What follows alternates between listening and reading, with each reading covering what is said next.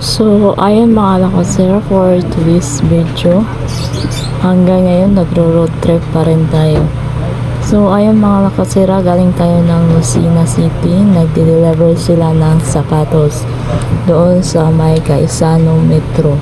Ang layo-layo pa ng mga lakasera eh. Mga 4 hours. Dami kami pinagdaanan. So, ayan. Umalis kami sa Manila mga 6 o'clock and then nakarating kami sa Lucena City mga 11 na. So ayan, pagkatapos ng kumain muna kami and then pagkatapos ng mga sapatos, tumaan muna kami sa Batangas kasi nag-pick up kami ng mga ito kasi yung nila ang full train nila kasi may sarili silang farm dito sa Batangas. So nagkuha muna ng ilang mga tray. I think 500 ka tray ang kinuha kasi maliit lang ang dala ng sakyanan eh. So ayan, galing kami doon and then pauwi na kami. So binabagalan ng aming driver kasi ganitong mga truck na sakyan bawal may coding kasi pang mga truck na yung mga business na sakyanan daw 5 to 8 hindi pa pwedeng sa Maynila. So kumain kami ng hapunan and then pagkatapos binabagalan niya ng pagtakbo hanggang sa umabot kami ng kasi hindi daw pwede na 5 to 8 nandoon kami sa Manila na eh. Kasi bawal daw. May mga coding pala. So ngayon ko lang alam. So ngayon mga lakatsera, pauwi na tayo. Galing tayo ng Batangas. Kumuha ng 503 na itlog. And then doon na din kami naghapunan kasi alanganin na eh. Nagdala kami ng ng habaon, yung lunch lang, pero yung panghapunan bumili kami ng pagkain.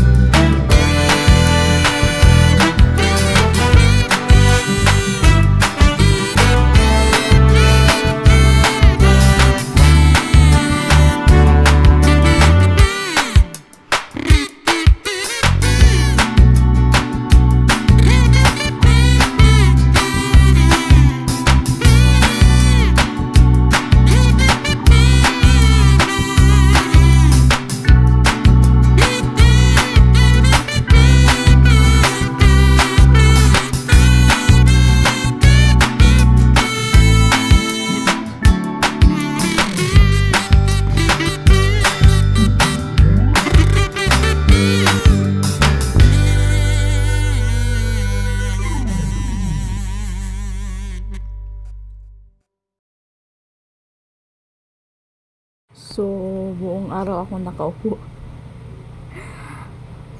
So, ayun.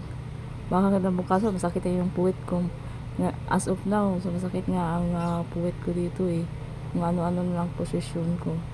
Yung parang nakano. Pero ano lang, nitiis ko kasi nga white power. Tiisin na lang natin.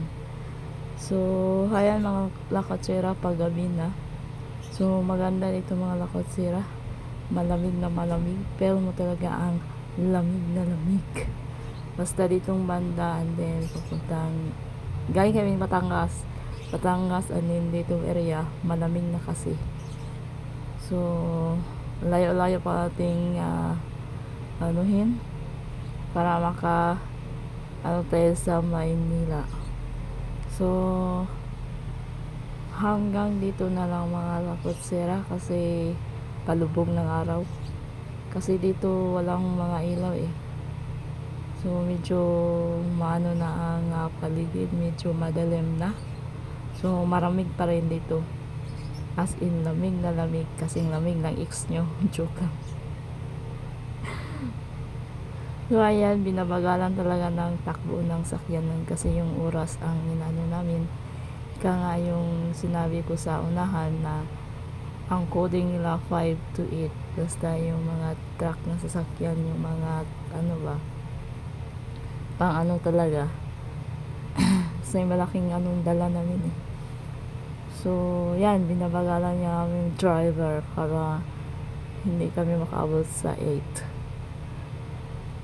So hanggang dito na lang mga lakotsera, medyo papaano na. So maraming salamat sa always support sa malilitang bahay ko, sa ating mga solid team, mga solid followers, solid subscriber. Maraming salamat. And then happy lang, walang ako hindi ko naman inisip na kailan ang sahod. Ang sa akin lang, lagan lang talaga ako.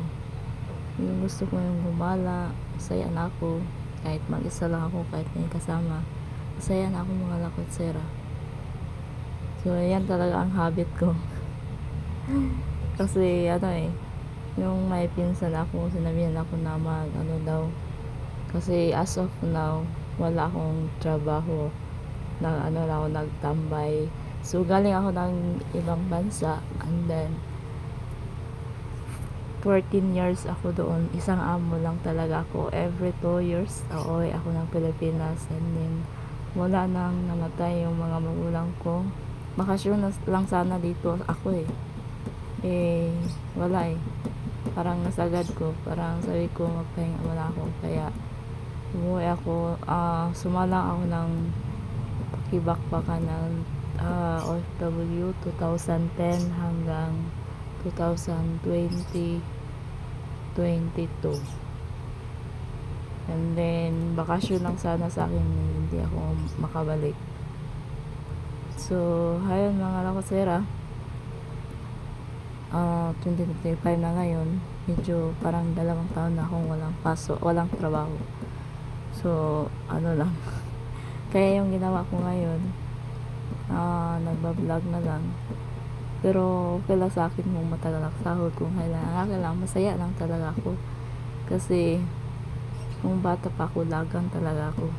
Sanay na ako sa mga walking, kung saan mag-isa, may kasama. Yun, talaga ang habit ko.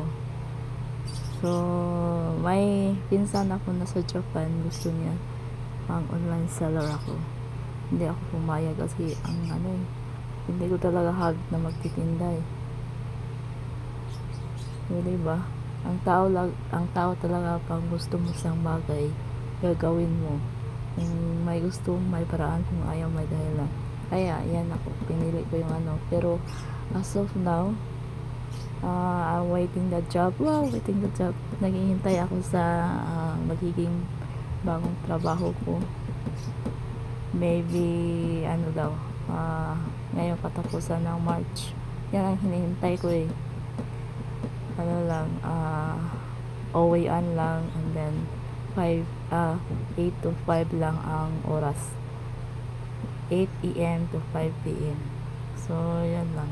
So, yan lang mga lakotsera. Once again, maraming salamat.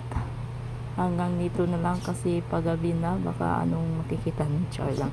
Baka hindi natin makikita ang ano, kasi ditong banda walang postin mga ilaw kasi ano nga, medyo nasa probinsya pa tayong Batangas nga eh. Hindi pa kami nakarating ng boundary to Manila. So, once again, maraming salamat. Ito po ang yung naglilingkod, Lakotserang Kabilang Nun. Bye. Thank you very much. Haba-haba pa nun.